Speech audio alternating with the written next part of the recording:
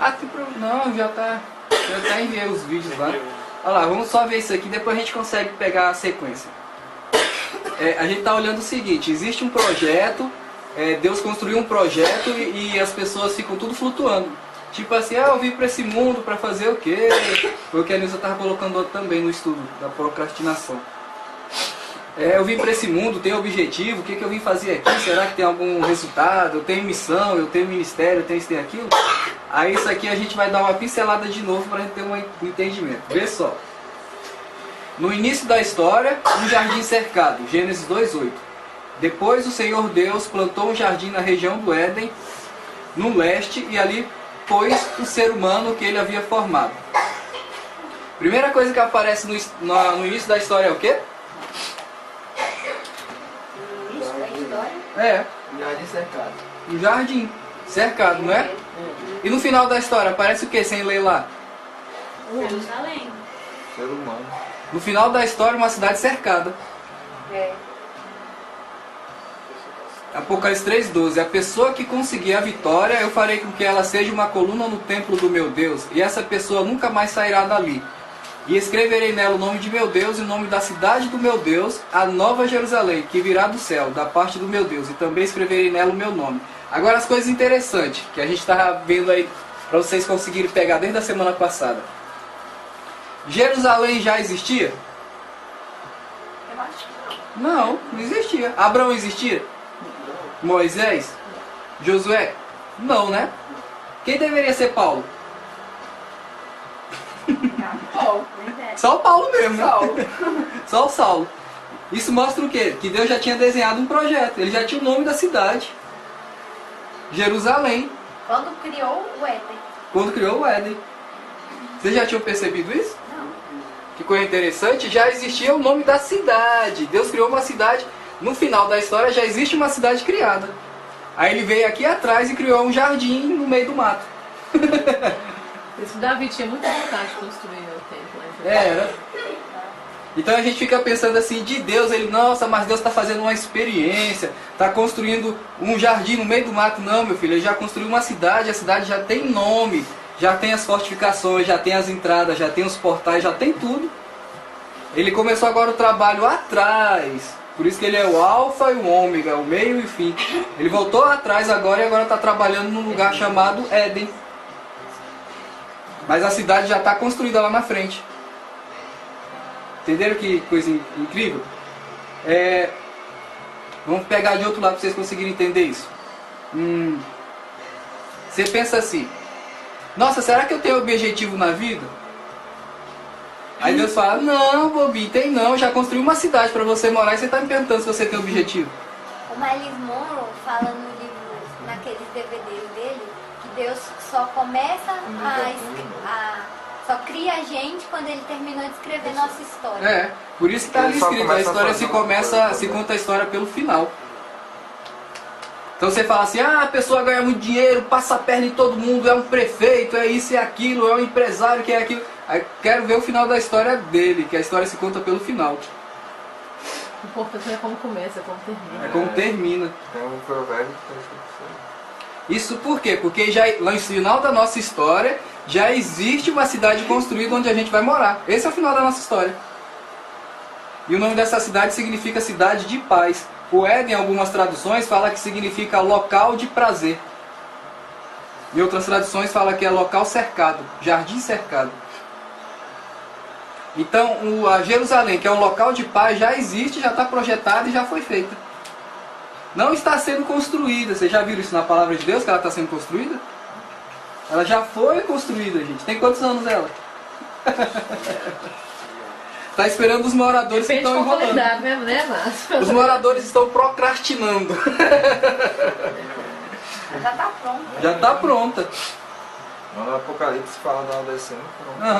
Ela já está pronta. É porque essa não estava sendo construída. Então se você ficar pensando que Deus vai fazer, então você fica perdido, fica flutuando, você não tem sentido na vida, você não vê por objetivo nenhum, só que isso não existe.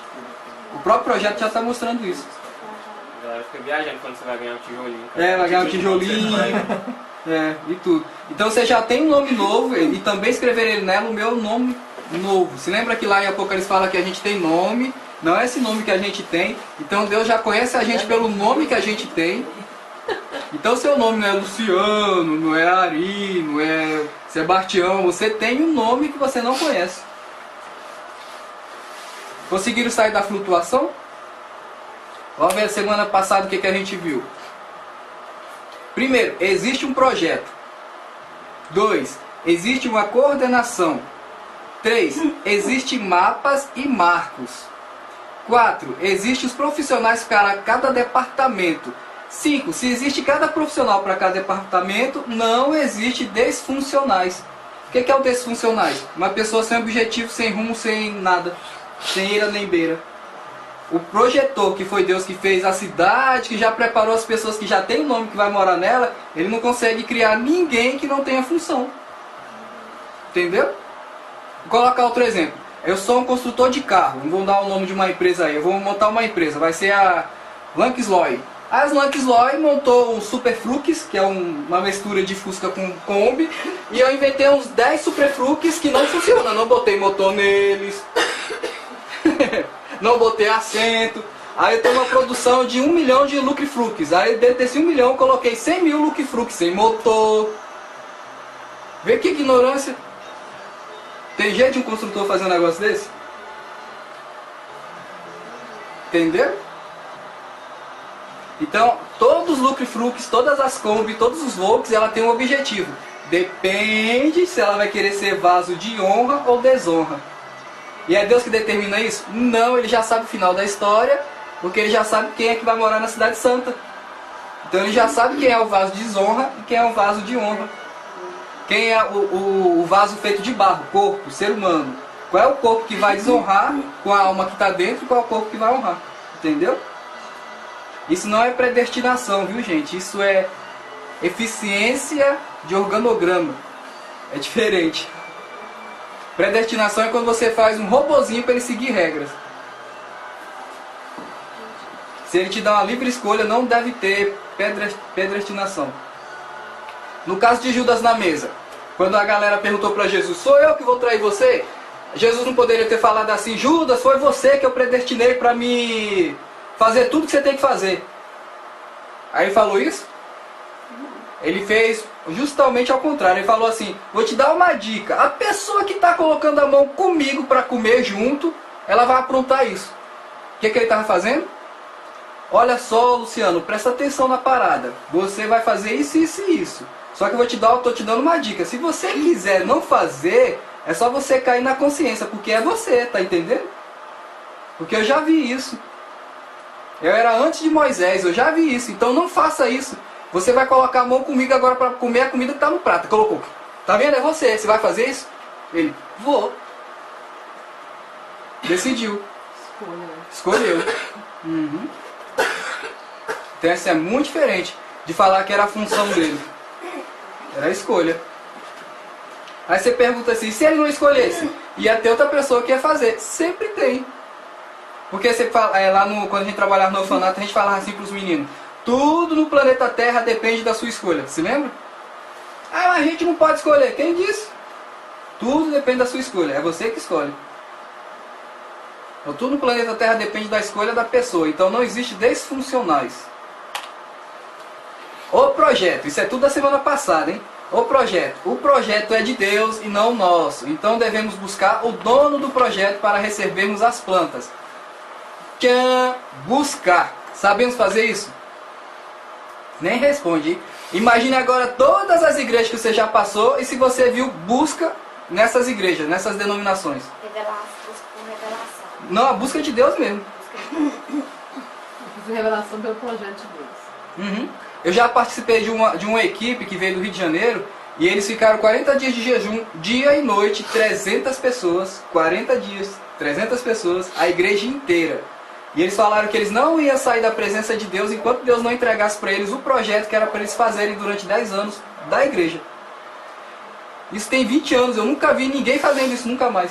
Nenhuma igreja, nenhum local. Para saber o que Deus quer para aquele local, qual é a ordem para aquele local, qual é o projeto de Deus, ninguém faz. Não há busca. No máximo tem 1 ou 2 líderes que buscam e entregam para 1000 pessoas, 300 pessoas, a gente vai fazer isso, a gente vai fazer aquilo.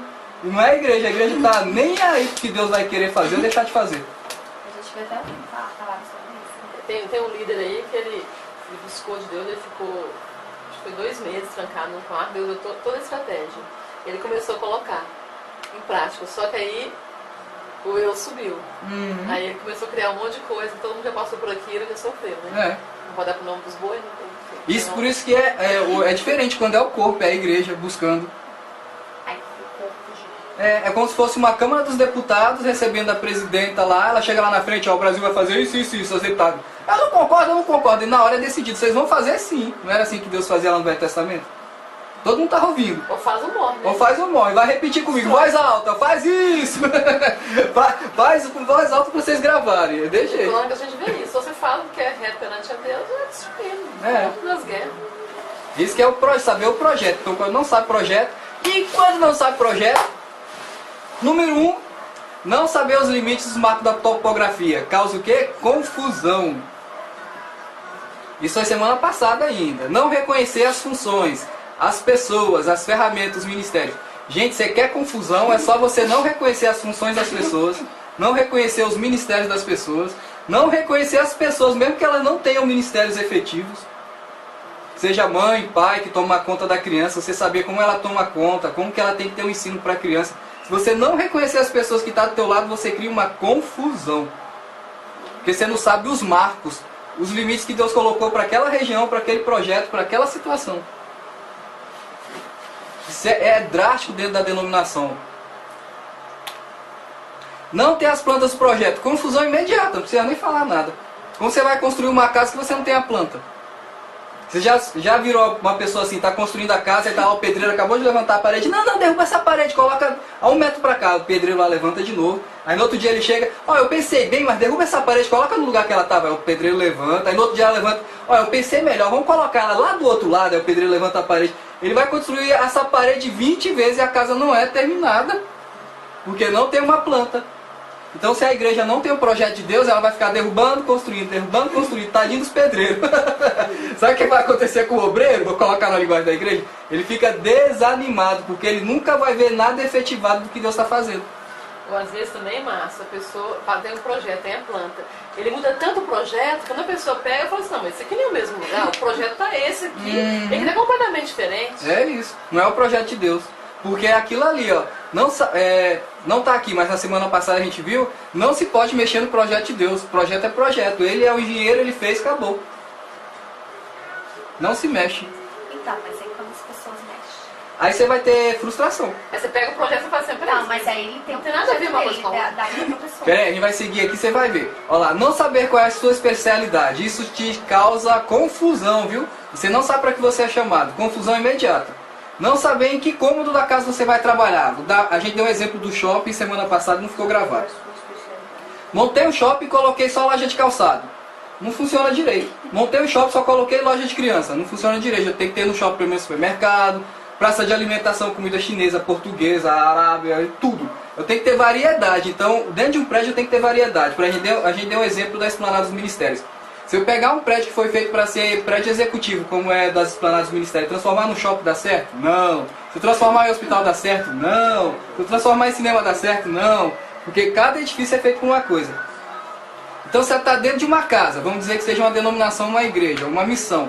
E você foi colocado para trabalhar no banheiro, colocar azulejo no banheiro. Aí você inventa de ir para a sala e quer colocar o azulejo que se coloca em área molhada dentro da sala. O que acontece? Confusão. Então você tem que saber qual é o seu chamado e em que cômodo da casa você vai trabalhar. Qual é o seu edifício? Você vai trabalhar com o quê? Executivo? Beleza, é ali. Você vai trabalhar com shopping? É ali. Vai trabalhar com hospital? É do outro lado. Então se não saber qual é o cômodo da casa, qual é a sua missão, confusão. Só para terminar o que a gente viu semana passada. Não seguir as orientações do coordenador. Isso aqui é um problemaço. O que gera? Brigas, ciúmes, divisões, falências, frustrações, vazios de alma. Esses vazios de alma, gente, é pessoas que não têm objetivo dentro da igreja, elas ficam flutuando. Eu tô aqui, eu venho, eu entro, é assim mesmo, vou para outra, porque não tem função. Porque causaram aquela confusão toda porque não seguiram a coordenação de Deus, entendeu? Acusações. desmerecimentos, desprezos, desfunções, infelicidade, amargura. O edifício não é construído, a obra fica cheia de gente sem propósito, enrolando, sem motivação, só batendo cartão. Confusão, Babel. Vocês já passaram por denominação assim? Ah, ninguém aqui, né? Ninguém passou em lugar nenhum. Isso aqui não acontece, não. É só em Minas Gerais. É, só lá em Manaus, só lá no Acre. Entendeu? Então, quando você vê isso acontecendo, gente, é porque a primeira pessoa que está no grupo de liderança, o principal lá, o líder principal, ele não reconhece ministérios. A segunda coisa, ele não observa, ele não coloca as pessoas na posição que eles têm que colocar. Imagina um gerente de empresa que coloca o vendedor no lugar do técnico de informática, pega o técnico de informática, coloca para vender, pega o cara que conserta o cano, coloca para tomar conta da rede de informática. Você tem confusão e só frustração. Entendeu? O gerente é o cara que está na frente. O gerente não é dono da empresa. O dono da empresa é Deus. O gerente, ele vê as ferramentas que ele tem que trabalhar e ele consegue fazer elas trabalharem juntas. É só isso. Isso foi o que a gente viu semana passada. Agora vamos entrar nessa semana. A gente subiu no edifício, se lembra? Que Paulo estava falando que nós somos um edifício, o edifício de Deus. Então beleza, a gente está construindo o edifício. De qual andar você está olhando? Agora a gente vai ver os problemas que causa, porque a gente está olhando de um andar e as pessoas não reparam de qual andar que está sendo olhado. Olhando o quê? Você está dentro de um edifício, você vai olhar só para a parede ou você vai querer olhar para o horizonte? Olha aqui tem uma portinha só. Cadê o horizonte? A gente não tem, a gente está no térreo. E no primeiro andar a gente vai ver alguma coisa? Vai ver melhor, no primeiro piso. E no segundo, melhor ainda. Na cobertura, nossa, show. Entenderam como que é os níveis? Então você que está lá na cobertura, você fala assim, cara, aquela montanha do lado esquerdo que está do lado daquela torre de transmissão, ela tem uma construção em cima dela, é isso que eu estou vendo. Aí o cara que está aqui no térreo fala, você tá doido? Que montanha? O cara tá numa sala fechada, que só tem uma porta, ele não consegue nem enxergar se o céu tá lá fora azul ou preto. Você tá falando com ele que existe uma montanha a 3 km de distância? Aí você vai dividir os sonhos, as visões de Deus com essa figura que está dentro de uma caixa fechada? Ele nunca vai te dar a resposta que você está precisando. Ele nunca vai concordar em nada com você. Ele está em outro mundo. E se ele trabalha no subsolo, pior ainda. Entendeu? E se ele trabalha no subsolo e foi feito para trabalhar na cozinha e ele está trabalhando na sala, aí que estragou mesmo.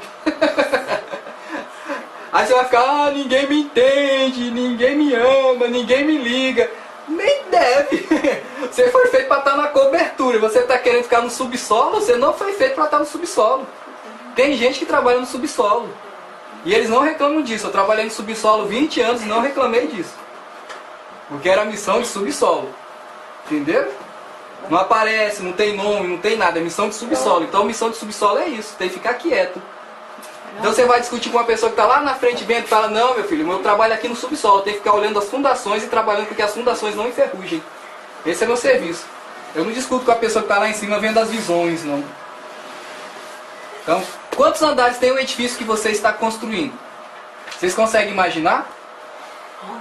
Em que andar de edifício vocês estão agora? Consegue pensar aí, gente? Pense. Em que andar você está? Imagina que você é uma casa, ou não, imagina que você é um edifício. Em que andar você está agora? Você está na fundação, está fazendo buraco no chão, está na garagem lá no subsolo, está no primeiro andar. Imagina a sua vida é um edifício. Onde você está? Quantos andares tem o edifício que você está construindo? Em que andar está a construção nesse momento? Quantos metros tem isso? E o que você pode ver desse andar? Toda vez que a gente conversa com uma pessoa, a gente consegue ver o andar que ela está. Dentro da religião, as pessoas falam, a pessoa não entende disso daqui, a pessoa não entende daquilo dali. Fala, não, meu filho, ele está construindo, está sendo construído. Ele não tem que ter a Bíblia decorada, ele tem que ter os andares edificados. É diferente. Completamente diferente. Se for pegar a Bíblia decorada, eu tenho religiões aí que decoram a Bíblia todinha. E qualquer frase que você fala, ele fala, Mateus 4,37, Lucas, ele não vive nada. Não tem aquilo decorado. Ele não tem edifício nenhum, não tem nem fundação. Tá tudo decorado. Não sabe nem o que é uma fundação. Entendeu? Aí vocês tentam fazer o seguinte. Eu sempre faço isso. Em que andar eu estou e o que eu estou vendo. Porque dependendo do que eu estou vendo, eu estou vendo o que está levantando o prédio. E quando está se levantando o prédio, tem que lembrar que um edifício tem um propósito. Um cinema é cinema, um hospital é hospital, um prédio de escritório é prédio de escritório. Então, se eu tenho função e eu estou levantando andares, o que vai acontecer nesses andares? As funções vão começar a ser operacionalizadas. Entendeu? Não tem jeito de você construir um prédio e ele ficar vazio o resto da vida. Então tem a operacionalização daquela função do edifício para que ele foi construído. Senão a pessoa fica assim a vida inteira flutuando. Vamos lá. Olha só, vamos ver uma visão aqui. Ó. Você vê a sala do projeto? Ó, tô vendo a sala. Cadê a sala? Lá embaixo, ó. Tem um negocinho vermelho lá, ó, que é uma poltroninha que dá pra mostrar. Ali é a sala, tá vendo? Aí do lado de cá é a cozinha, tem o banheiro, tem o quarto, tem o outro quarto. E tem um escritóriozinho, tá vendo? Aí você vê a sala onde você está. Ou você vê todos os cômodos e os andares. Porque tem gente que está na igreja e ela só vê a sala onde ela está. E ela acha que a sala é a principal coisa que tem na denominação e no corpo de Cristo. Ela, mas uma igreja que não tem sala não é igreja. Mas uma igreja que não tem cozinha não é igreja. Vamos mudar essa linguagem. Espera aí que vocês vão entender. Vê só, vê o projeto da cidade do Rio de Janeiro. Isso era o mapa da cidade do Rio de Janeiro em 1770. Ali é o mapinha todinho, viu, gente? A pessoa que estava desenvolvendo o Rio de Janeiro em 1770, ela já sabia os locais onde ia colocar tudo. Ela está vendo o mapa, ela não está vendo a sala de uma casa, ela está vendo as ruas, os prédios, os comércios, os hospitais, tudo. Em 1770. Até as favelas. Não era projeto. Não estava no projeto. Favela não tava no Existem as projeto. invasões do projeto, né? É, aí que é o Rio em 2012. Aí já está todo construído. Então tudo que foi especificado lá no projeto em 1777, em 2012 estava funcionando. O Arcos da Lapa em 1750, quando foram construídos. Olha como que era. A pessoa estava tendo uma visão, ela tinha um projeto, ela estava uma visão lá na frente. E de repente, tá aí, ó, 2012. Olha os Arcos da Lapa ainda aí. 1775, em 2012, ele nem imaginava que ainda tá lá o negócio, rapaz. E o mundo não acabou e o negócio tá lá. Tá vendo como que é a visão? Agora vamos lá, agora a gente começa. Vamos deixar de papo e vamos começar. Qual é a altura de sua visão? Lucas 4, verso 5. Aí o diabo, que significa o mentiroso, levou Jesus para o alto, mostrou-lhe num instante todos os reinos do mundo. Parou. Ele levou Jesus para onde? Do alto. Por quê? Pra ele ver melhor. Ué, só dá para ter uma visão dos reinos se você olhar de cima. Não dá para você ter uma visão geral de tudo se você estiver dentro de uma sala. Não é? Se você estiver no primeiro andar, no quinto andar. Vamos ver o outro.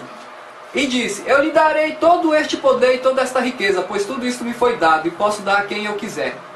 Isto tudo será seu se você se ajoelhar diante de mim e me adorar. Jesus respondeu, as escrituras sagradas afirmam, adore o Senhor, seu Deus, e sirva somente a Ele.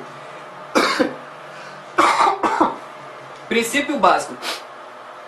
Não adianta ter visões de homens nem espirituais se você não serve e adora ao Senhor. Você pode ter a visão que for de ser humano e de seres espirituais, não vale nada. Você pode estar na altura que for na sua visão e ela não vale nada se não adorar o Senhor e não servir a Ele somente. Entendeu?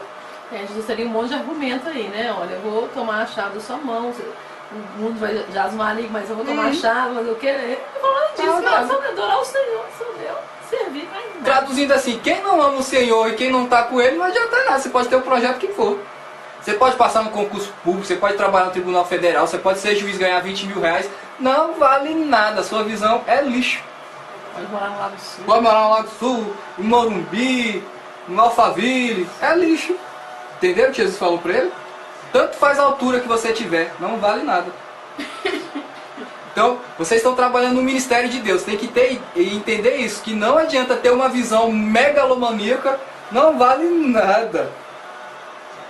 É melhor que esteja no subsolo trabalhando sem ninguém nunca te ver, mas que esteja fazendo aquilo que o Senhor colocou para você fazer, amando Ele. Segundo, porque assim como os céus são mais altos do que a terra, assim são os meus caminhos mais altos do que os vossos caminhos, e os meus pensamentos mais altos do que os vossos pensamentos. Isaías 55.9. Os pensamentos de Deus, gente, é inigualável. Ninguém nunca vai alcançar. Não existe meios. Entenderam? Então, por mais que a gente imagine ajudar Deus, fazer um projeto assim, não funciona. Desiste disso.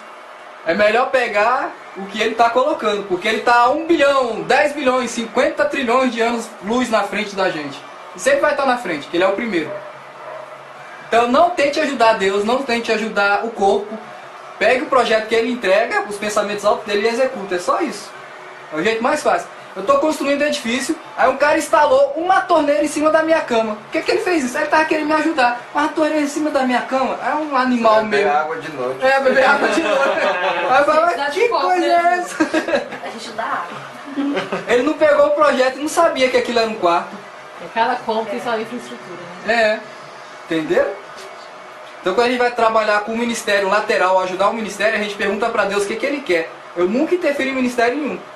Deus, o que o Senhor quer aqui? Eu quero isso, isso, isso. Aí coloca. Aí as pessoas, você pode fazer isso, fazer aquilo. Não posso. Mas por quê? Porque eu não posso. Mas você tem material, você pode fazer. Deus me deu a ordem do seguinte, Ele mandou fazer, colocar o cadastro no tênis, fazer a comida e limpar o banheiro. Tchau, amiga, é só isso. Entendeu? Não faço mais nada. Porque Deus está tratando aquele povo, Deus tem um monte de conexões com aquele povo, Deus tem uma ordem, tem uma origem, tem uma arquitetura, tem uma administração, tem um monte de coisa. Se eu interferir no meio, eles vão me atropelar e vão me matar. Entenderam? Então não mexe. No mínimo possível. Toda vez que você for atacado é porque você está interferindo em algo que Deus não mandou. Se você tiver um ministério profético e Deus mandasse falar alguma coisa, isso é outra situação, viu? Aí a gente tem que orar com misericórdia por você. E é outra história. Sabia que você ia trabalhar. Esse é um Deus. Em 1 Coríntios 2,16 fala o seguinte: porque quem conheceu a mente do Senhor para que possa instruí-lo? Mas nós temos a mente de Cristo. Vamos fazer uma oraçãozinha rapidinha de pedir para Deus o seguinte, ó: Deus, me dá sua mente, me dá sua mente, me dá sua mente. Por quê? Porque eu penso como empresário, eu acho que só dinheiro resolve as coisas. Eu penso como médico, porque eu acho que só a cirurgia resolve as coisas. Eu penso como político, só se tiver um presidente que seja evangélico que resolve as coisas. Isso não é a mente de Cristo, entendeu? Se você tiver coragem, ora aí, pede para Deus a mente dele. Ela é bem mais alta para resolver os problemas, é bem mais alta para conseguir caminhos, é outro nível. Sem a mente de Cristo não tem jeito de entender os caminhos de Cristo. Você fica confuso, fica sem fé e torrando de medo. O farol tá vindo ali com um monte de tanque de guerra e um exército de 1 milhão de homens. Aí você está de frente de um mar. Aí Deus fala assim: manda a água abrir. Oxi! Desde quando? Isso nunca aconteceu? Especialidade de Deus, nunca aconteceu. Ele, oba, minha vez. É isso mesmo. Amém. 2 Coríntios 10,5. Mas Deus, ninguém nunca ganhou dinheiro vendendo hambúrguer. Aí pronto, beleza, fez o McDonald's. Mas Deus, todo mundo anda de cavalo. Esse negócio de fazer um carro movido a gasolina, isso não existe. Pronto, Ford lançou o carro. Mas Deus ir na lua, colocar um satélite no ar, inventar telefone, isso é coisa de louco. Tá o telefone feito, o satélite transmitindo. Entenderam? Nunca foi feito. Fez. Porque a galera tem que entender, quem projetou o telefone celular não foi os homens. Quem projetou Nova York não foi os homens. Quem projetou Brasília não foi os homens. Porque a terra e tudo que nela há de Deus, tudo é dele. É ele que faz. Então tudo está na obediência a ele. É Ele que projeta, ninguém projeta. Se lembra? Os projetos dos homens levam eles ao quê? A morte. Os homens confiam nos carros e nos cavalos, confiam nos tanques e nos exércitos, e não vale nada. Entendeu? Toda a palavra se encaixa para entender isso. Então entra na mente de Deus e Ele começa a fazer uma transformação que você nem imagina. Aquilo que era impossível acontece.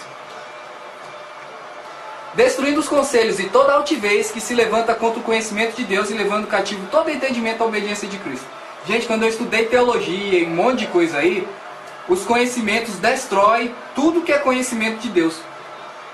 Quando você lê esse texto falando assim, destruindo os conselhos e toda altivez que se levanta contra o conhecimento de Deus, é justamente isso. Você pede, Deus, todo o conhecimento que me colocaram, que não é seu conhecimento, retira do meu cérebro, retira da minha mente, retira do meu coração. Ele limpa. Ele começa a colocar o conhecimento dele. Ele destrói esse conhecimento aqui, isso é altivez. Me ensinaram isso aqui é errado, você não faz isso. É altivez, ele destrói. Entendeu? Qual a solução que Moisés poderia dar no Egito? Não era fazer uma revolta e matar todo mundo lá, ele era um número maior? Não é? Ele tinha um exército maior se ele quisesse. Ele seguiu esse conselho? Não. Ele fez de altivez? Não. Ele usou o conhecimento de Deus. E o conhecimento de Deus foi legal? Fora do padrão, né? Vai pegar uma vara, vai virar cobra, vou transformar água em sangue, vou fazer o sapo correr para dentro da cidade, vou mandar mosca. Você imagina que você está trabalhando com cientistas, os caras construíam colunas de rocha cortada, gente. A tecnologia era alta na época, eles eram primitivos, perto da geração do Éden. Quanto mais atrasado, perto do Éden, mais tecnologia existia. A gente somos os menos evoluídos, tá bom? É ao contrário. Ah, é? É, porque eles tinham o cérebro quase original. Ninguém nunca pensa nisso, né? A matemática deles era de 12 dígitos, nós hoje usamos 2, 0 e 1. Por isso que eles fizeram assim, aquelas... Exatamente. Aí o pessoal fala, não, esse negócio aí foi os cão que fizeram isso, foi os ET. Fala, meu filho, precisa você estudar. Porque todo conhecimento está em Deus. Então, quanto mais perto da origem de Adão e Eva, todo conhecimento estava em quem? Não era em Adão e Eva? Então, as gerações tudo próximas dele tinham conhecimento. Criou-se a flauta, as músicas, a agricultura e tarará, tarará, tarará, artesanato, e vai por aí vai. Ô Márcio, lá em Moisés, por exemplo, ele poderia, com o exército dele, tirar todo o povo de lá, mas o povo sairia de lá escravo. É. Quando você não fala a vontade de Deus, é escravo. Quando você fala, ele queria sair com o povo livre. Livre, exatamente. Você pode ir, entendeu? Aí quando você não tem essa palavra de Deus, você sai como escravo. Você fez justamente o que está escrito ali. Ele tirou a altivez do orgulho do Egito da cabeça dos hebreus, para ter o conhecimento de Deus. Gente, a igreja hoje não, olha o que eu estou falando, porque isso é bem sério. A igreja hoje não tem conhecimento de Deus. Ela não acredita em milagre. Se você chegar aqui e falar, eu orei no cara ali, ele ressuscitou. O quê? Mentira é essa, rapaz? Não tem conhecimento de Deus. A pessoa está doente, vai orar por ela, vai orar. O quê? Desiste, melhor para o médico. Toma um remédio logo. Não tem conhecimento de Deus. Cara, eu estou com problema financeiro aqui, eu vou ter que fazer um mega acordo com o banco. Quem é o dono do ouro da prata? Deus a gente não acredita em Deus em nada. Quando liga a televisão, a gente fica olhando os Facebook, Orkut, os desinformados e ignorantes, fica chamando Valdomiro de milagreiro, o R.R. Soares. Eles não acreditam nas curas de Deus. A igreja está igual ao povo do mundo, igualzinho. Quando você vê Deus curando uma pessoa, como acontece na igreja mundial, e um cristão critica, ele é igual a uma pessoa mundana. É o pior, né, Márcio? É o pior. Porque ele está tirando a glória de Deus. Não dá pra ter uma ignorância, né? É, exatamente. Qual o homem que vai curar um câncer, gente? Não existe. Qual o homem que vai fazer uma cirurgia, a pessoa tá lá com a perna... A gente viu o Fabinho aqui, o Fabinho ele entende de musculação, foi formado nisso aí. A mulher não tinha um fêmur e a perna da mulher ficava reta e funcionava e andava pra frente, pra trás, pulava sem o fêmur. Como que isso é possível? Não existe. Aí um abestado vem falar que isso foi o homem que curou. Isso é um ignorante que não tem nem cérebro no negócio desse, tem um amendoim na cabeça. Então tem que corrigir, tem que sair dos fariseus, tem que parar de dar glória a Beelzebu e começar a dar glória a Deus. Não existe humano que consiga fazer nada. Não consegue construir nenhuma cidade que funciona, vai construir ou reformar um corpo. Um corpo que ele nem sabe como funciona. Eu leio muito ciência. E os cientistas até hoje não sabem como o cérebro funciona. Eles têm hipóteses. Eles não sabem como o corpo funciona todo. Eles têm hipóteses. O DNA mais próximo do ser humano não é o chimpanzé, é a cobra cascavel. Isso é tudo datado da ciência. Gente, eu leio National Geographic, Scientific não sei o que, Health não sei o que. É tudo que você sai de planilhas, de históricos, de coisas de ciência das faculdades, eu leio. Os cientistas estão mais longe da verdade do que qualquer outra coisa, porque eles não sabem como funciona. Só que a mídia, o jornal, como são jornalistas formados para criar sensacionalismo e manobrar a massa, eles pegam a informação da ciência, manipula e coloca de acordo como eles querem, como o governo quer usar, como a mídia quer usar, e manipula a mente das pessoas. É assim que funciona. Com novelas, filmes, desenhos, etc. Então eles não sabem como funciona, e eles declaram isso. Entendeu? Por isso que é difícil um cientista concordar que Deus exista, os ignorantes, porque os sábios falam, existe, porque não tem jeito de ter ordem em um sistema como esse sistema tem, sendo um caos. Só a ordem coloca gerenciamento nisso. Então existe uma pessoa que fez e que soube como fazer para funcionar. Vários cientistas escreveram um livro falando sobre isso, tudo. Entendeu? Isso porque a pessoa ninguém nunca fala e não explica isso. Por exemplo, o homem veio do macaco. Isso é uma tese. Nenhum professor que eu vi em faculdade, ninguém nunca fala. Você sabe o que é tese? Uma hipótese. Né? Ou seja, eu estou segurando o teclado. Bem, gente, isso aqui pode ser um pão, uma pedra ou um cachorro. Isso é um cachorro? É um pão? Vocês estão vendo o teclado aqui? Isso é uma hipótese. Aí os professores, super bem informados dentro da ignorância, falam que a hipótese, que está escrito lá, hipótese, tese, do homem vir do macaco, e coloca aquilo como verdade absoluta dentro da sala de aula. Então os professores são muito mal formados. Nossa, é uma ignorância completa. E cresce gerações atrás de gerações sem conhecimento da verdade do que é e o que não é. Entenderam? Vamos lá para o segundo. 2 Coríntios 11:3. Mas temo que assim como a serpente enganou Eva com a sua astúcia, assim também seja de alguma sorte corrompidos os vossos sentidos e se apartem da simplicidade que há em Cristo. Vocês querem me falar sobre isso aí ou sem falar nada? Falem aí. O que vocês viram nesse texto aí?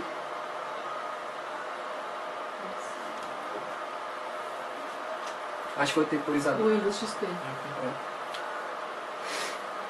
Ele tá descansando. Isso, olha lá. O que vocês viram aí nesse texto? Como que uma pessoa pode ser corrompida? Não, sentidos. Então, esses sentidos? Tem várias Cinco chaves sentidos? ali. É. Então são 5 sentidos? Uhum. Pelo engano. Conhecimento, né? Então, da falta de conhecimento. Ó, mas lá no final do texto ele fala como uma pessoa pode ser enganada. Se apartando da simplicidade. Astúcia. Se você se aparta da simplicidade de Cristo, você começa a ser enganado. Então, quando as igrejas inventam, quando a gente inventa, Uhum. religiosidade. O evangelho é simples, a boa notícia é simples. Existem igrejas, existiam igrejas, eu não sei se existem mais, que elas falavam que o conhecimento que a Bíblia estava passando não era nada. Que a gente tinha que conhecer todo o resto do universo para entender quem era Deus. E a Bíblia era só uma vírgula sem importância. Você sabia que existiam igrejas assim? Eu gostei de mudar os textos, né? Uhum. Então, essa Bíblia foi escrita para quem, gente? Para pessoas de Marte? Para Plutão? Entenda só uma coisa. O manual foi feito para quem mora na Terra. Se lembra que no Evangelho Jesus falando, vocês não entendem nem as coisas da Terra, vocês querem entender as coisas do céu? Ou seja, você não entende nem de Windows XP, você quer mexer no Windows 8? Você não entende nem de Linux, você quer mexer nos X-Leopard da macOS? Ah, cai a ficha, meu filho, vai aprender a mexer no Linux primeiro. Entenderam?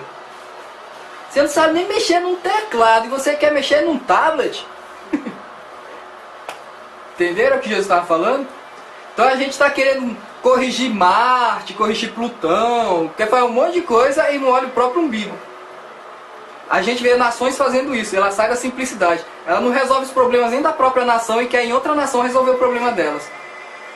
Tem nações que tem polícia internacional, né, como os Estados Unidos, que quer resolver o problema do planeta inteiro e não consegue resolver o problema deles de morte de crianças sendo assassinadas dentro das próprias salas de aula. a corrupção e etc. Quer resolver o problema do planeta inteiro. Tem muita denominação que quer resolver o problema de todas as igrejas, ela só não resolve o problema dela. Estou entendendo? Ela critica todas as igrejas, mas o umbigo dela ela não resolve. Estou entendendo? Ela saiu da simplicidade de Cristo. É uma época que eu trabalhei na igreja católica, os pastores falavam assim pra mim: Márcio, a igreja católica não é de Deus, ela é do demônio. Por quê? Porque ela tem idolatria. Aí o que mais? É idólatra, idólatra, idólatra.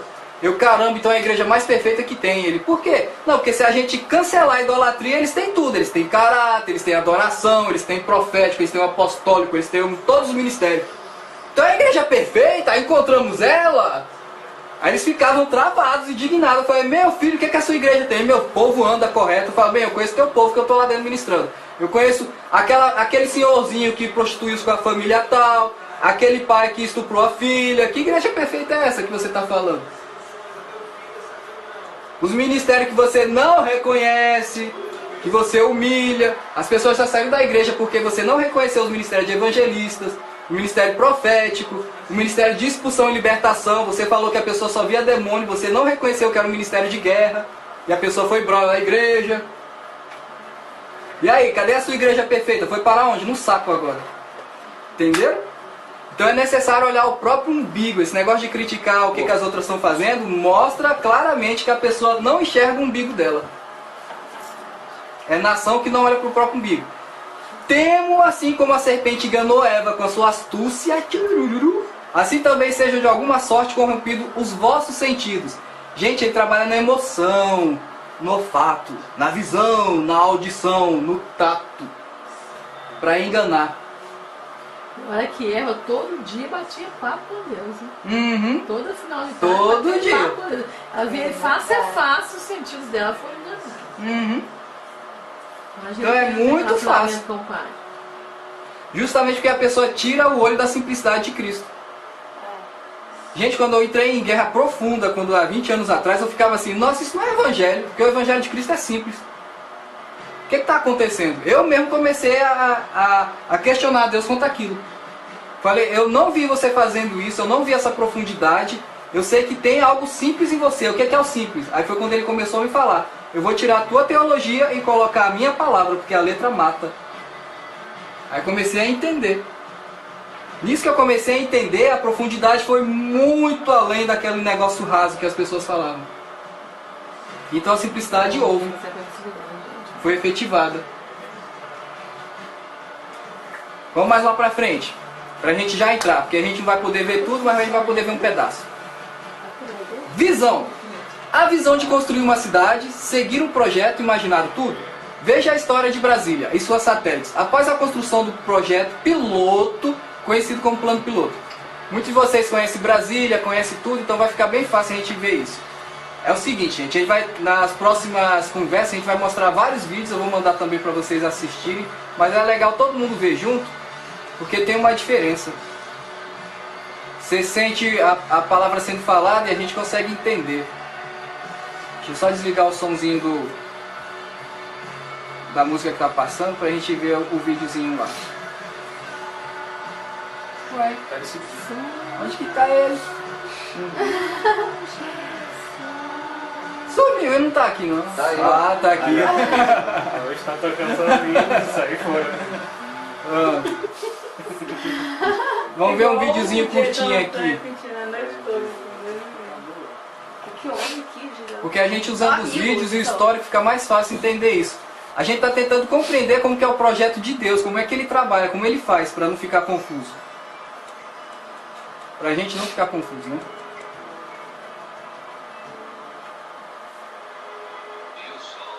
Deixa eu aumentar o som aqui, gente. Espera aí. Ixi, isso é antigo. Tá vivo? Quando o profético de São João Bosco se diz. Olha lá, a gente vai ver lá do início para vocês verem. Lê da Bíblia, fica até com medo. A gente falou isso na outra conversa, mas vocês vão ver desse princípio aqui, vocês vão entender muita coisa.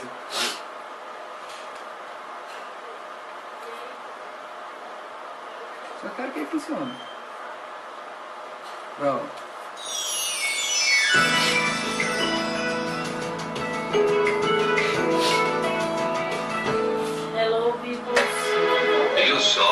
aconteceu muitas vezes, até que o sonho profético de São João Bosco se fizesse verdade no Planalto Central brasileiro. Naquele instante, a profecia do religioso se esboçava nos traços mágicos de Lúcio Costa, nosso mestre maior no urbanismo universal, e se comportava em formas renovadoras nos projetos arquitetônicos de outro poeta da criação, Oscar Niemeyer. Só para vocês verem, se vocês prestarem atenção, quem é que teve a visão? Dom Bosco. E ele era um homem de Deus? Era. E Deus deu uma visão para ele? Em que ano? 1700. Não, Quando? foi 1800. Foi, 1700. Não é 1900 e alguma coisa. Não, 1800. Não, gente, mas É 100 é alguma coisa. 1800. 1800. Brasília foi construído quando, gente? 1960. Olha só, Deus já tinha uma visão. Você já foi inaugurado. Ele começou em 1957. 17. Porque ela foi 3 anos. profético, né? Agora vocês têm que entender. Jerusalém já estava construída? Sim. Desde o A começo. Jerusalém. Brasília já estava construída? Sim. Como que eu vou mostrar uma visão de algo que não está construído? Entenderam? Brasília é projeto de Deus, gente. Não é projeto do farol nem do capeta, não. Tem que começar a mudar esses pensamentos. Tudo na Terra é projeto de Deus. E um arquiteto funciona por ele mesmo. Entenderam? Existe um comando. Nenhuma Mas eu folha, né? tenho que Nenhuma entender. folha cai E no ar quando na o vontade de Deus. diabo mostrou pra ele o mundo, sendo que era dele. Ah, vocês vão entender no videozinho. Vamos lá. É isso que a gente vai ver. Essa flutuação é que vai terminar. Vocês vão conseguir compreender O isso. diabo falou, isso aqui é meu. Porque na realidade é mesmo, foi entregue. Né? Olha lá. Foi tomado já. Só que Ô, Lu, foi entregue e foi Deus, tomado. Você consegue tá? entender isso? Foi entregue e foi tomado. Não, Achado mas na mão de aí a Jesus. impressão que eu tenho é que Deus deixa, tipo assim, Mas vocês vão entender. Até no final, nas outras Depois ele vai sequências, vocês vão tomar. conseguir Já entender. tomou. já tomou, né? Mas assim, tá deixando. Nossa, esse vídeo é bem Matusalém. Por A isso que transferência da sede do governo para o interior da colônia vezes é uma já era uma cidade, preocupação isso já dos foi portugueses no século XVIII. A ideia era afastar a capital dos portos marítimos para protegê-la de prováveis invasões. Mas só depois da proclamação da República, em 1892, foi criada a Comissão Exploradora do Planalto Central do Brasil. No comando estava o engenheiro e astrônomo Luiz Cruz. O relatório da missão Cruz não deixava dúvidas. Além dos predicados terrestres, o clima desses lugares é perfeitamente regular. Neles reina constante aragem, sempre junta a uma temperatura invariável. As noites são tão claras como o dia, sem ventos nem frio áspero. Em conclusão, entendo que aí tudo se reúne para facilitar absolutamente a existência humana. Durante décadas, os planos de transferir a capital foram deixados de lado por causa de crises econômicas e convulsões sociais. Mas na campanha presidencial em 1955, Juscelino Kubitschek assumiu o compromisso. Eleito, criou a Companhia Urbanizadora da Nova Capital, Nova Cap, e nomeou pessoas de sua confiança como Israel Pinheiro para presidente e Bernardo Saião, Ernesto Silva e Oscar Niemeyer para a diretoria da empresa. Uma lei, votada como desafio para o governo, determinou a data de 21 de abril de 1960 para a transferência e inauguração da cidade. A Nova Cap lançou um concurso público para o projeto de urbanismo da nova capital. Lúcio Costa, com seus traços modestos, mas geniais, foi o escolhido entre 26 concorrentes. A primeira construção em Brasília foi o Catetinho, sede provisória do governo federal. Aqui, Juscelino Kubitschek dormia nas visitas semanais ou partia para as obras. Em maio de 1957, foi rezada a primeira missa de batismo de Brasília, uma cidade que acabava de nascer.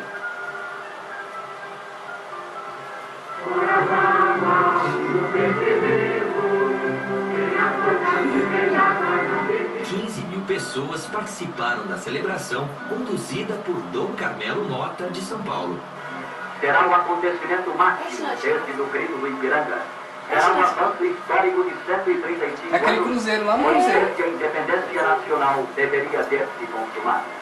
Uma multidão se apresentou ao enorme canteiro de obras no Planalto Central. Mineiros, goianos e principalmente nordestinos fugidos da seca. Eram os candangos, expressão que os africanos usavam para se referir aos portugueses colonizadores. Quer dizer desprezível, sujo, mas em Brasília ganhou outro sentido: trabalhador, operário. A sorte está lançada. O mundo de candangos desperta o cerrado ressoante de sons metálicos e de inesgotável energia humana. Homens e máquinas se revezam no trabalho que não para. Surge a primeira obra de alvenaria na nova capital, uma ermida em homenagem a São João Bosco, que em 1833 identificara em suas visões o local onde seria construída Brasília. Em mais de 1000 dias de trabalho, uma das poucas interrupções aconteceu pela morte de Bernardo Saião. Ele foi atingido pela queda de uma árvore durante a construção da rodovia Belém-Brasília. As obras foram realizadas dentro do prazo determinado pela lei. A cidade de arquitetura inovadora e revolucionária estava pronta. Visitantes de países do mundo inteiro vieram ver de perto uma cidade erguida em plena solidão do descampado, obra de Oscar Niemeyer. As festas de comemoração duraram 3 dias. Brasília vai incorporar ao território brasileiro mais de 6 bilhões de quilômetros quadrados. Vamos construir uma nova nação dentro de nossas próprias fronteiras. Juscelino Kubitschek havia iniciado uma nova era, a da integração nacional.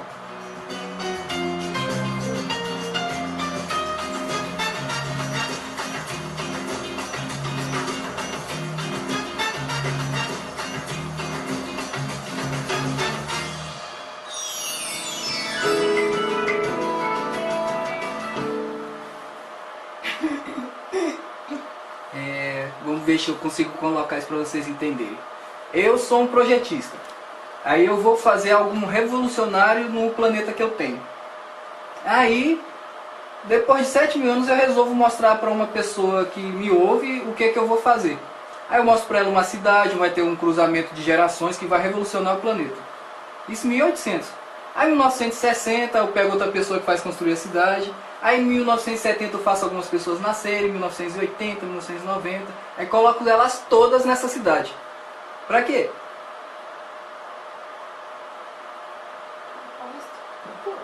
Até a construção da cidade tem um propósito, né? Foi estrategicamente colocado como propósito. Ou seja, eu poderia fazer a revolução com essas pessoas sem essa cidade? Sim, mas eu preferi construir a cidade para dar mais base e mostrar para elas qual é o meu objetivo.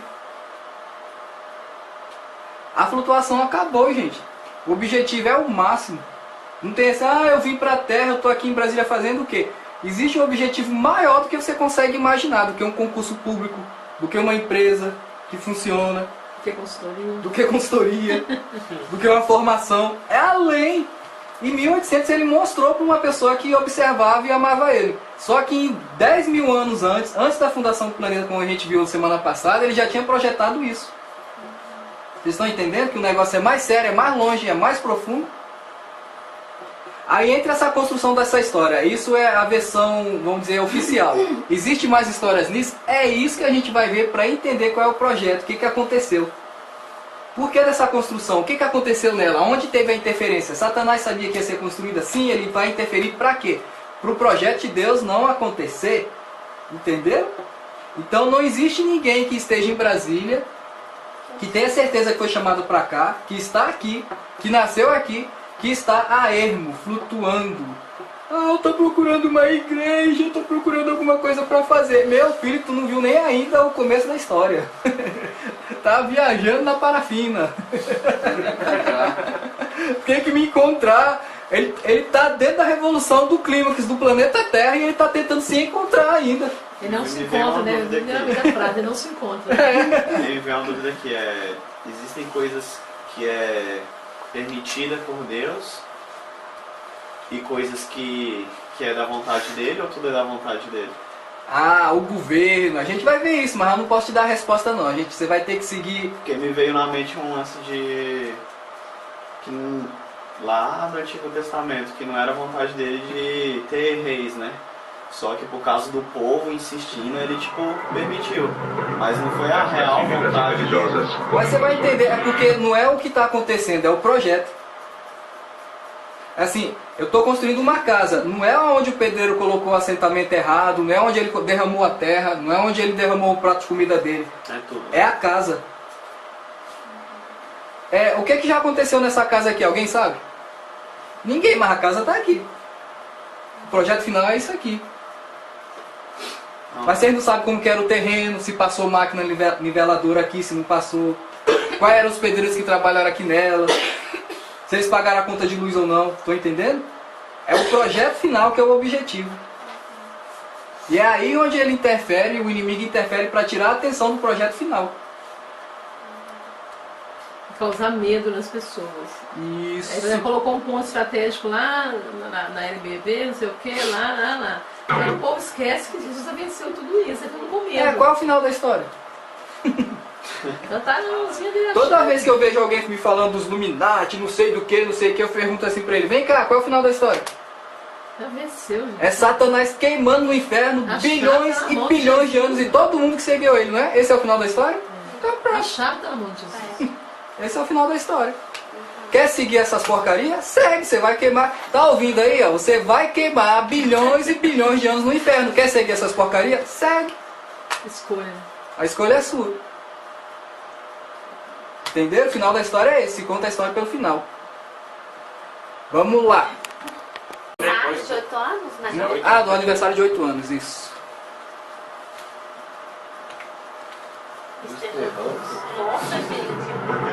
Festas cívicas e religiosas, comemorações, inaugurações, competições, corridas, um vencedor. A população. Brasília, o Distrito Federal, tem em 1968 400 mil habitantes. 400 mil habitantes, hein? Estava chegando no que era Em previsto. 1957, Brasília, no papel, era sonhada e definida assim por Lúcio Costa. Cidade planejada para o trabalho ordenado e eficiente, mas ao mesmo tempo, cidade viva e aprazível, própria ao devaneio e à especulação intelectual, capaz de tornar-se com o tempo, além de centro de governo e Olha as administração, árvores pequenininhas, gente. de cultura dos mais lúcidos e sensíveis do país. Em 1967, na coleção esquisita das As Portas de placas. Brasília, surgiu nova sigla e obrigatório nas conversações, um nome: consolidação. Ó, Pera peraí, deixa eu fechar isso aqui, tem que ter. É igual aquela cidade ocidental, viu lá? SQ. Você viu o que eles falaram ali, gente? Consolidação. Se lembra que a gente viu semana passada? Sem consolidação a cidade não funciona. Então ele estava falando de consolidação. Sem consolidação a cidade não ia funcionar. É o que a gente viu na semana passada em algumas consolidações. Tem igreja que usa isso até hoje. Em núcleos ou cidades satélites, cuja mais importante, Taguatinga, tem 100 mil residentes. No plano piloto, propriamente dito, residem em 1968 150 mil habitantes. Na orla do lago, evitou-se a localização dos bairros residenciais a fim de preservá-la intacta, tratada com bosques e campos de feição naturalística e rústica, para Isso era o fazer projeto. atividades bucólicas de toda a população urbana. Viram? Bosques e campos É raro de Brasília, mas não faltam clubes, esportes, passeios e amenidades bucólicas. A Praça dos Três Poderes, os ministérios, existem desde a inauguração. Como existe também, recorde mundial, a perigosa velocidade do tráfego urbano.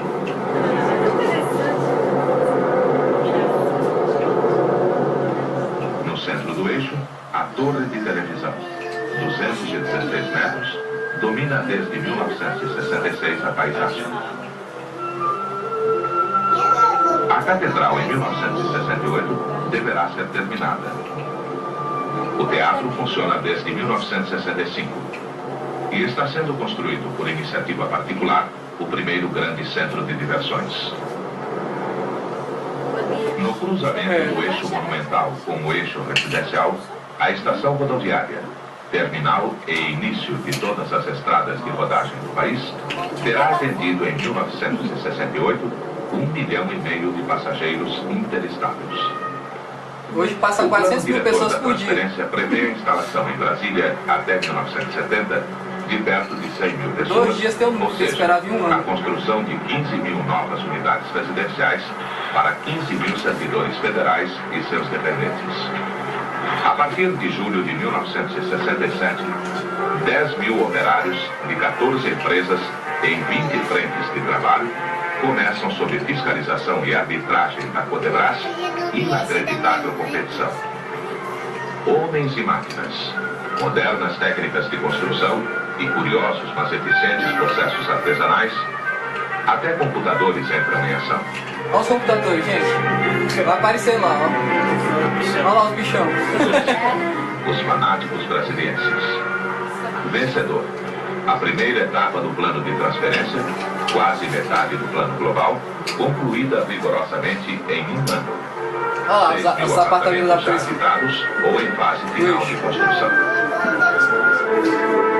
Moderada pela nova cidade, forma-se em Brasília uma sociedade diferente, audaciosa, fraternal, fermento deste novo conceito de unidade nacional. A imagem desta população, por ela transformada, a idade média de Brasília, no seu 8º aniversário, é de 20 anos. 20 anos, hein? A idade média. Vocês estão imaginando o que Deus estava fazendo? Peraí, tem que parar aí pra vocês entenderem. Gente, qual é a geração que Deus chamou? Ele falou ali, acabou de falar que a idade média de Brasília era de 20 anos de idade, gente. A idade média das pessoas que moravam em Brasília. Do 8º ano de aniversário. Do 8º ano de aniversário. Vocês têm ideia do que é isso? Uma geração inteira foi traga pra cá pra fazer o trabalho de Deus. O que a gente vê em tudo que é convenção que a gente vai aí? Os jovens que estão sendo chamados para isso, os jovens são chamados para aquilo. Vocês nunca viram isso? Em 1960 já tinham sido chamados. Como era o sonho profético. E cadê os laudos da história? Alguém mostrou alguma coisa? Alguém gravou? Mostrou que teve um avivamento? Aconteceu alguma coisa? Alguém obedeceu? Tinha vergonha de falar do Rio. É? Alguém que veio do Rio de Janeiro obedeceu o que Deus tinha mandado fazer? Acho que não. Sempre quando alguém não obedece o que Deus está mandando fazer, o que vem logo em seguida? Samuel. Se lembra? Toda vez que vem alguma coisa que Deus manda fazer e não acontece o que acontece em seguida? Guerra, caos, destruição. O que vem logo em seguida, depois disso que foi chamado? AI-5. Detonou o país. Então teve um chamado. Porque a gente tem os sinais. Tem a amostra. Então, como a Nilce está contando nos outros, toda vez que alguém é chamado para fazer alguma coisa e não cumpre, logo vem uma retaliação e bloqueia tudo, porque Satanás estava chegando e a pessoa não cumpriu. Entendeu? Então vocês têm que observar isso. Quando essa geração de 20 anos estava em Brasília, alguém foi chamado, um grupo foi chamado e eles não executaram o que foi chamado. Entendeu? E por isso que não aconteceu tudo o que deveria ter acontecido até agora. A geração de 1992 cumpriu o que Deus mandou. Mas a gente está pagando pelos erros? A gente está pagando pelos erros de Adão? Yes! Então, consequência. Então, para que eles foram chamados para vir para É o que a gente com a chama- missão também. Tudo que a gente não faz agora, a gente vai dar Mas eles consequência para os sabiam? próximos. Nossos filhos, nossos netos Sabe. passavam 60 pela que veio pra cá sabiam pra quê? Todo mundo que Deus chama sabe. Não, mas Tem Todo mundo que Deus testemunho de chama alguém sabe. Só que eles sabiam. veio. Todo mundo que Deus chama sabe. não, mas todo mundo que veio, né? Isso que eu quero Todo saber. mundo que dá. Quem Deus chama. Quem ouve Deus. Ah, entendi. Aí você pode estar dentro da igreja e não estar ouvindo Deus? Sim. Você está se importando. Porque as pessoas vinham para Brasília? Porque elas queriam salário. A gente vai ver alguns vídeos ali mostrando no Rio de Janeiro, eles aumentaram o salário para as pessoas virem. Por que todo mundo vem para Brasília até hoje? Não é para fazer concurso público? Quer alguma coisa com Deus? Não. Ué, tá a mesma coisa ainda. Aí eu quero carro, apartamento e um salário. Deus? Ah, Deus é consequência. Entendeu? Até hoje. Então Deus está chamando geração após geração e as gerações não estão respondendo. Novamente, em 92 eu estava nele e todo ensinamento que Deus entregava as pessoas não aceitavam. Eu tinha medo do pai, eu tinha medo da mãe, eu tinha medo do pastor, eu tinha medo da igreja, ou do demôniozão, ou que o cara tinha falando denominação. Tinha medo de alguma coisa, mas não cumpriam. A geração de hoje faz a mesma coisa? exatamente igual. O medo da mamãe, o medo do papai, o medo da igreja, o medo do pastor, o medo do lobão. Fala na adolescência, não cresceu. Não cresceu. A mamãe manda, o papai manda, e Deus não. Ao contrário de Maria. Mesmo que eu morra, essa criança vai nascer. Completamente ao contrário. Maturidade em cima. Vai ser chamada de prostituta, vamos matar apedrejada. Mas ela nasce porque eu tenho contato com Deus, Ele falou comigo e assim vai acontecer. Você conhece alguém hoje assim? Não. Tem jeito de Deus usar uma pessoa que não é assim? Não tem. Deus não trabalha com gente infantil. Ele não trabalha com criança. Entenderam? Princípio básico. Nem com adolescente. Então, mesmo que a pessoa seja jovem, adolescente, ela tem que ter uma maturidade em Deus. Se não tem, não vai fazer nada dentro do reino de Deus. É morta dentro do reino de Deus. Não serve para nada. 15 anos. Quando fala disso, não fala da idade física, né? Fala da idade mental. Do relacionamento com Deus. É. Como é que tá? Tá maduro? Tá criança? Tá adolescente? Então você vai ver pessoas velhas na igreja que não tem envolvimento com o reino de Deus. Não tem porque ela é infantil. Ela não tem maturidade dentro do reino de Deus. Ela não vai ter função. Ela está dentro da sala, dentro do banheiro, dentro do quarto, dentro da cozinha. Ela não sabe qual é a função dela. Ela não tem função. É disfuncional. Por ela mesma. E também tem aquelas que são ativas, né? Demais. O ativismo é também uma disfunção. Também é um pouco. É o sinônimo, né? É. Ela está tentando fazer algo que não foi chamado. Vamos lá no outro. É muita coisa, gente. A gente não vai ver tudo, já estou falando, mas no final dessa história toda vocês vão conseguir entender todo o projeto. Você parou no meio da 20 anos. Não, ele parou bem ali. Esse aqui é um especial que passou no Correio Brasiliense mostrando alguns projetos do Oscar Niemeyer. E tem um videozinho que eu não posso passar ele todo, porque ele demora 20 minutos. Mas vamos ver aqui. Vamos ver Ele os também, trechos. né, Márcio? Tem que entender, é à toa que colocou a faixa etária da idade, é à toa que Deus deixou essa história toda mostrar. Tudo tem um propósito. Qual é o propósito disso tudo? É isso que a gente está tentando entender. O caso é o seguinte, a gente começou lá na primeira, quem não estava aqui, quem não entendeu. Existe um propósito para a gente estar aqui hoje dentro dessa sala, para estar aqui hoje, essa casa, essa torre de oração, este lugar, existe um propósito para ele. Ele não surgiu do nada. Isso aqui surgiu por causa de outras pessoas atrás da gente, atrás da gente, atrás da gente. Gerações anteriores. Nada disso aqui foi feito por nós. A gente é a consequência de gerações, uma atrás da outra, até chegar no ápice que é agora, esse momento que está acontecendo agora. Entenderam? Então não pode mudar o projeto, tem que entender qual é o projeto. E a maioria das pessoas muda o projeto sem saber qual é o projeto. Quando a gente mostrou várias situações de pessoas que têm um projeto, está realizando o projeto de Deus, acontecendo alguma coisa, aí chega alguém que é super poderoso, super bambambam na Bíblia, começa a ensinar um monte de coisa e tira todo mundo do projeto de Deus. Porque ele nem sabe que existe um projeto, ele é ignorante dentro do reino de Deus. Entendeu?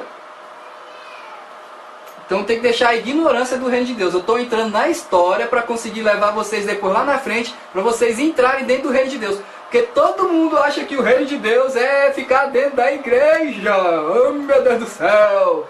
O reino de Deus é o planeta Terra. Tudo na Terra ele controla. É o reino dele. Entendeu? Não é ficar dentro da igreja, lendo a Bíblia. Não é pastor dando comidinha e aguinha para ovelha. O reino de Deus é uma coisa gigante. Não é comida nem bebida. Não é chover no molhado. Não é chover no molhado. Existe propósito para tudo. As funções, tudo. Mas vamos ver esse videozinho. Vamos ver uns pedacinhos dele. Vamos ver o que a gente apronta. Porque tem uns vídeos mais interessantes, mas a gente vai ver um pedacinho dele aqui. Só se o mouse funcionar e deixar a gente ver.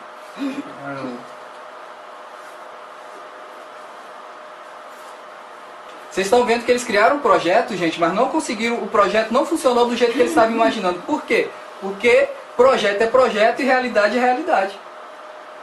E muita gente não sabe qual foi o projeto da construção da capital, eles não entendem o que aconteceu. Nesse videozinho aqui a gente vai ver algumas coisas que aconteceram contra o projeto que foi instituído.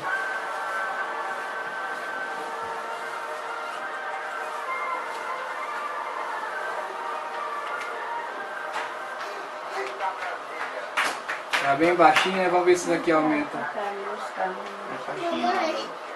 Uma barata. Conversa.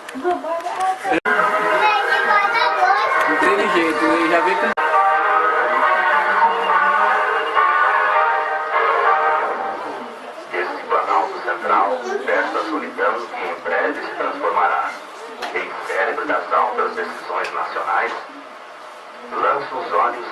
uma vez sobre o amanhã do meu país, e eu desejo essa alvorada com uma fé inquebrantável e uma confiança sem limites no seu grande destino.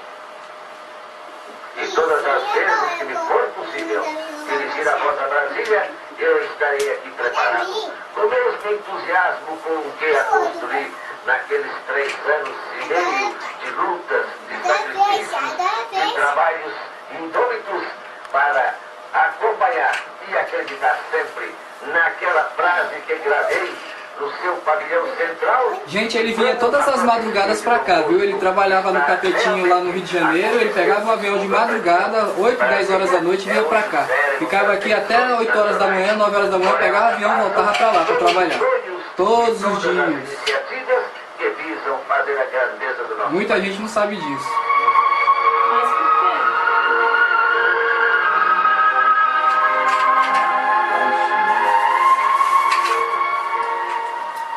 Meu nome é Ernesto Silva, primeiro diretor administrativo da Nova CAP, empresa que foi criada em 19 de setembro de 1956 e que completa agora 25 anos.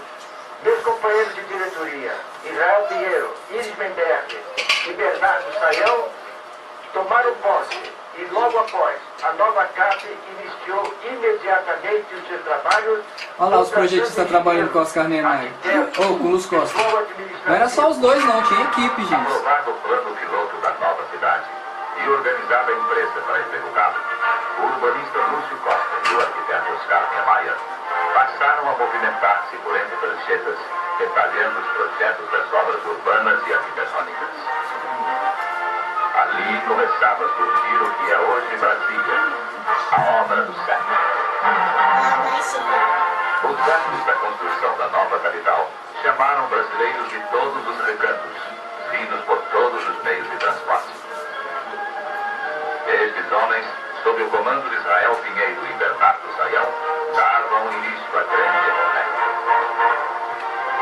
O Capetinho é a obra histórica de Brasília. Edificado em poucos dias, antes mesmo dos primeiros acampamentos, servia de abrigo ao presidente Juscelino e a Israel Pinheiro. A Nova CAP construiu então, também em tempo recorde, o primeiro aeroporto da cidade, para nele receber as primeiras aeronaves trazendo técnicos, materiais e visitantes. A nova pista foi inaugurada com a chegada do presidente da República para mais uma de suas costumeiras visitas às obras da cidade que estava nascendo. Acompanhado do urbanista Lúcio Costa e de Israel Pinheiro, percorreram canteiros e pistas, consultaram mapas, indo terminar a inspeção no ponto em que seria traçado o eixo monumental, junto a uma curiosa placa colocada por algum cantante. Nesta data em diante, quando então as máquinas quebraram o silêncio dos descampados, traçando os primeiros caminhos na face adusta do cerrado, começou-se a notar os primeiros sinais da presença humana. Os acampamentos das construtoras.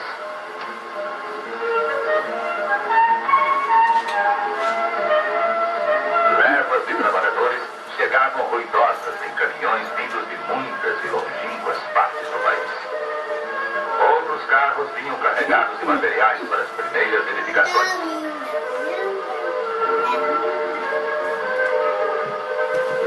Era como que o traçado das primeiras linhas do perfil da futura cidade.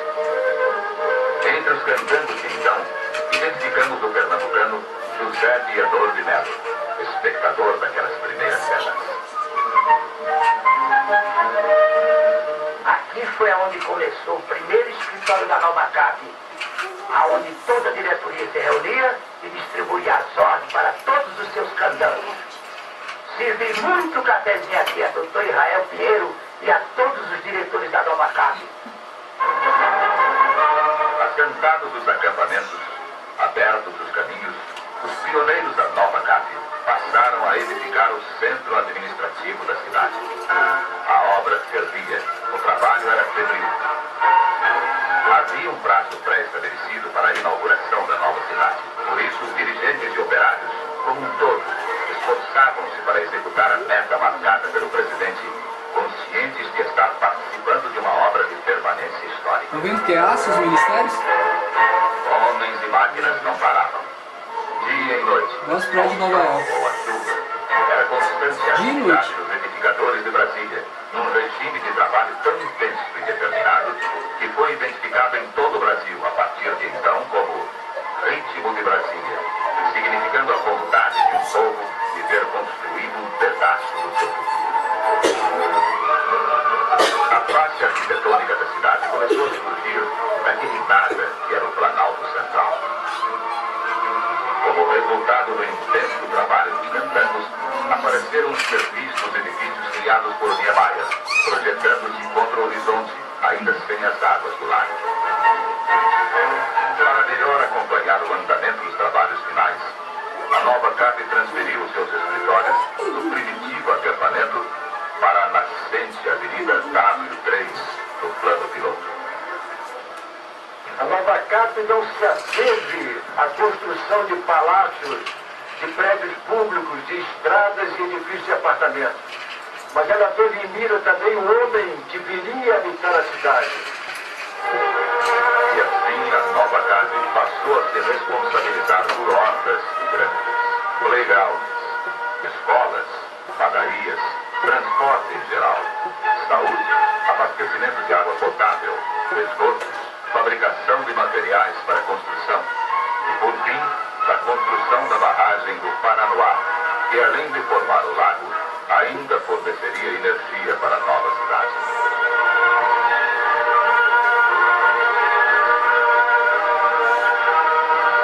Finalmente, na data histórica de 21 de abril de 1960, a nova CAP entrega Brasília ao Brasil, conforme determinação do seu criador. A solidificação da cidade deu-se com a entrega pela nova CAP na data prevista no Palácio da Alvorada, residência oficial do chefe de Estado. No Planalto, sede do Executivo. Do Supremo Tribunal. Do Congresso. Tem o objetivo de cansar vocês com esses vídeos, viu? Sabe qual é? Vocês verem o trabalho que Deus fez pra gente desconsiderar Ele. Os nossos pensamentos agora. Vocês têm noção do rala. Daria a conclusão da estação rodoviária, hospital distrital e outros edifícios. O hospital de base era o hospital distrital. Inaugurada a cidade, a nova CAP continuou a trabalhar intensamente, visando dar boas condições de habitabilidade a Brasília. Sua tarefa maior, então, foi urbanizar as partes já edificadas. Nelas foram estendidas calçadas por entre os verdes gramados, colocadas meio-fios ao longo das grandes avenidas. Construíram os pontes do Rio de Janeiro até aqui, porque não tinha. Uma imensa rede de galerias de águas pluviais. Toda a logística. Playgrounds e áreas de lazer, além de milhões de metros quadrados de asfalto. Quando foi em 1965, a nova CAP mudou a sua sede para este edifício, no setor bancário norte. No nosso tempo ele era diferente. De lá de cima dava até tristeza de ver os ônibus levando o nosso pessoal e se espalhando por este imenso vazio que era Brasília naquela época. Olá. Luzardo Jacob Castro e Silva, atualmente o funcionário mais antigo da nova CAP, tem sobejas razões. A missão da empresa, que ele serve desde os primeiros dias, ainda estava longe de terminar. Coube então ao prefeito Plínio Cantanhete, do governo do presidente Castelo Branco, atacar com a nova CAP à frente a construção de prédios públicos e outras obras importantes para o funcionamento efetivo da cidade como capital da República. Como também algumas obras viárias inauguradas pelo presidente Castelo Branco, num gesto de prestígio e confiança nos trabalhos da empresa pioneira. Castelo Branco foi, e isto é um fato histórico, o primeiro presidente da República depois da inauguração a realmente tomar medidas para consolidar Brasília como centro das decisões nacionais. Eles ainda estavam lutando para consolidar Brasília. Na questão seguinte, com o Pachô Covid na prefeitura, a empresa atacou firmemente as obras públicas complementares, como a estação de tratamento de esgotos da Asa Norte. Nessa época, um fato significativo foi a construção de residências para os funcionários da nova CAP, um sistema de mutirão que atraiu inclusive a atenção de visitantes internacionais, como o presidente Eduardo Frei, do Chile. Neste mesmo período, a cidade assistiu à inauguração do edifício da Tele Brasil, do Palácio do Itamaraty, Palácio da Justiça, a Catedral e outras grandes obras de infraestrutura. Coroando essa cadeia de formidáveis empreendimentos, o presidente Costa e Silva, também prestigiando a companhia urbanizadora e o seu trabalho de consolidação da capital, inaugurou o Palácio do Buriti, sede do governo do Distrito Federal.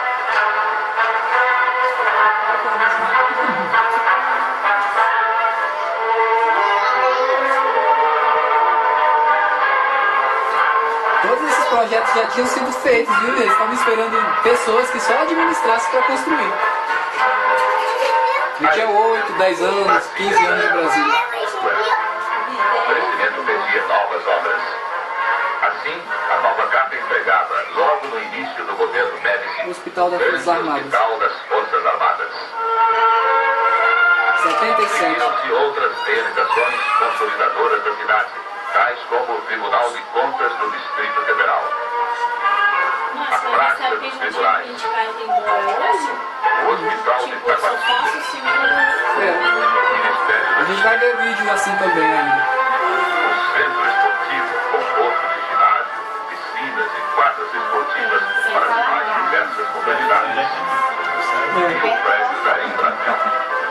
O governador Hélio Braves, visando possibilitar a expansão da cidade, desconstruiu a primeira ponte sobre o lago, interligando a Península Sul. A nova CAP executou as obras desta ponte no tempo recorde de 180 dias, mais um motivo de festa para a população da cidade. Aos 15 anos, em 1975, a cidade, consolidada, cresceram bastante para requerer algumas adaptações do plano piloto de Lúcio Costa às novas realidades socioeconômicas de Brasília. Sem desvirtuar a concepção urbanística deste plano, a nova CAP atacou uma série de melhoramentos do seu sistema viário e de suas ligações com as cidades satélites. Dentro desta nova malha viária, incluía-se a ponte Costa e Silva, há muito deixada inconclusa. O presidente Ernesto Geisel coube a honra de entregar à população de Brasília a nova ponte, permitindo um maior desenvolvimento urbano na própria cidade e de partes importantes. Vou fazer uma votação agora para mudar. A nova CAP, da ponte. neste período e dentro deste espírito inovador do plano piloto, entregou ainda os prédios da Secretaria, praças e pontes, Tribunal de Contas da União, centro de convenções e uma grande área de lazer, que é o Parque da Cidade, com diversas atrações. Mas esse tempo eu não vou Tomava lá. Edificada a cidade e suas principais obras, a nova CAP considerou necessário construir sua própria casa. Dirigiu então um conjunto no setor de indústria, onde abriga todos os seus departamentos. Estamos instalados aqui desde 1978, onde a nova CAP reuniu todos os seus órgãos, toda a administração, uma sede com muito conforto para todos os funcionários, sua sede definitiva. Próximo ao conjunto administrativo, valorizando o elemento humano que lhe permitiu erigir tão grande obra como é Brasília, a nova CAP criou junto ao próprio local de trabalho de seus servidores centros de assistência e diversões, clubes. E essas crianças hoje, tem tudo quantos anos? 60? De treinamento. A centralização da administração da nova CAP, uma só grande área, trouxe também um outro benefício: a reunião num só local de oficinas e centrais de módulos, até então dispersos pelos diversos pontos do Distrito Federal. A empresa continua, obviamente, a exercer a função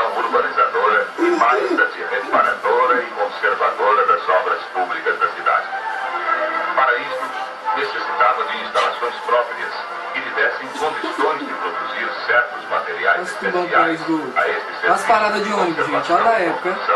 Numa constante prestação de serviços à população do Distrito Federal. É hoje, né?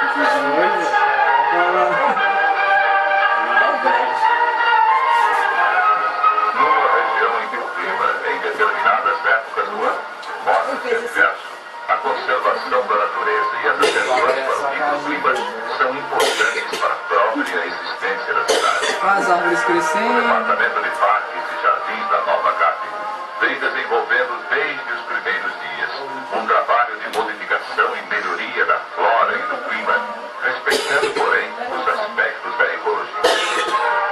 Hoje, Brasília é coberta por um gramado estendendo-se por mais de 20 milhões de metros quadrados e possui área residencial.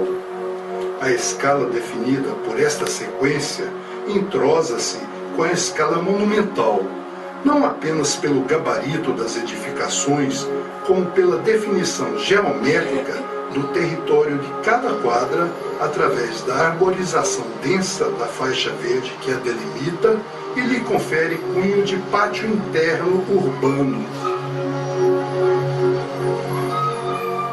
A proposta de Brasília mudou a imagem de morar em apartamento.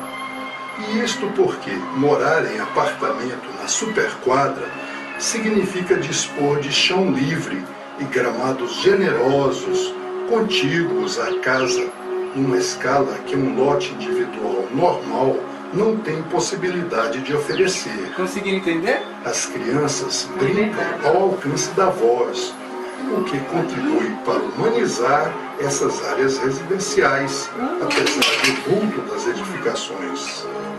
Cara, as pessoas que têm casas, elas fazem o quê? Corta a árvore e tira a grama. Aí ele fez um projeto para que não tivesse casas e as pessoas não pudessem tirar o verde da cidade. Entendeu? Ia ter um verde físico, permanente, ninguém poderia mexer. E todo mundo ia ter um quintal sempre aberto. Entenderam a visão? E tudo com harmonia. E tudo com harmonia. E humanização. As pessoas desceriam para fazer piquenique nas gramas. Essa era a ideia. Conversar. Por isso que o prédio era em pilotis. Para ficar embaixo conversando, sentado, trocando ideia. Tirar a ideia de selva de pedra. Quando você fala humanização, você tira a ideia de selva de pedra. Exatamente. O projeto era outra coisa que a maioria das pessoas hoje não entendem, né? A gente pensa assim, mas pra que era isso? Que ideia era do moço? Vamos ver mais dois, tá?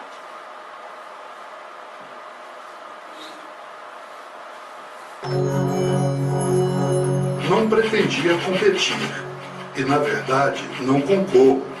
Olha só isso. Desvencilho de uma solução possível que não foi procurada, mas surgiu, por assim dizer, já pronta. Opa, parou! O que ele falou aí? Apareceu já pronto. Ele está se desvencilhando. Lembra do tempo de Salomão, quando ele foi construído? Quem fala isso? Lúcio Costa. Vocês entenderam, gente? Eu escrevia muita coisa, fazia os desenhos. Gente, eu não conseguia dormir enquanto não desenhasse. Foi ele que falou? Foi ele que falou. As pessoas que recebem as coisas de Deus, as criações de Deus, sabendo ele que Deus existe ou não, elas não têm paz enquanto elas não colocarem aquilo para fora. Se vocês passarem por situações dessas, vocês vão saber disso. Enquanto vocês não botar para fora o negócio, você não vai ter paz. Você tem que executar o negócio. Ele acabou de falar ali, ele está se desvencilhando, ele queria tirar dele. Esse negócio aí deve ser possível, deve funcionar, eu não sei. Pô, essa frase aí podia... É pesado, né? Colocar. Esse negócio talvez funcione. Olha aí, eu não sei, não entendo disso aí. Vê se isso aí funciona. Eu tenho que me desvencilhar disso. É o gerar de Deus, né? Vamos lá ver de novo. Muita gente não sabe disso e não entende. Essa frase é linda. Não pretendia competir e, na verdade, não concorro. Apenas me desvencilho de uma solução possível que não foi procurada, mas surgiu, por assim dizer, já pronta. Ele estava concorrendo a um concurso, mas ele falou, não estou concorrendo, eu só quero me desvencilhar disso. O gesto primário de quem assinala um lugar ou dele toma posse. Dois eixos cruzando-se em ângulo reto, ou seja, o próprio sinal da cruz. Que é o sinal mais forte? Procurou-se depois a adaptação à topografia local, ao escoamento das águas, à melhor orientação, arqueando-se um dos eixos a fim de contê-los no triângulo equilátero que define a área urbanizada. A cidade deve ser concebida não como um simples organismo capaz de preencher satisfatoriamente e sem esforço as funções vitais próprias de uma cidade moderna qualquer. Não uma simples aglomeração humana, uma metrópole, mas o símbolo de uma nação. Entenderam? A geração que Deus chamou eles estavam criando o símbolo de uma geração, o símbolo de uma nação. Não é apenas uma cidade. Era um símbolo. Deus estava fixando um símbolo no Brasil para mostrar para uma geração o que ele vai fazer. É muito mais além. As denominações ainda, as pessoas que estudam a história não viram isso, não enxergaram isso ainda, não estão entendendo. Era um marco na história, com o sinal da cruz para mostrar, agora chegou a hora. Tudo que você conhece sobre Brasília, e agora você vai enxergar com os olhos de Deus o que é Brasília, tá? Apaga tudo que você tem informação. Agora vê com os olhos de Deus.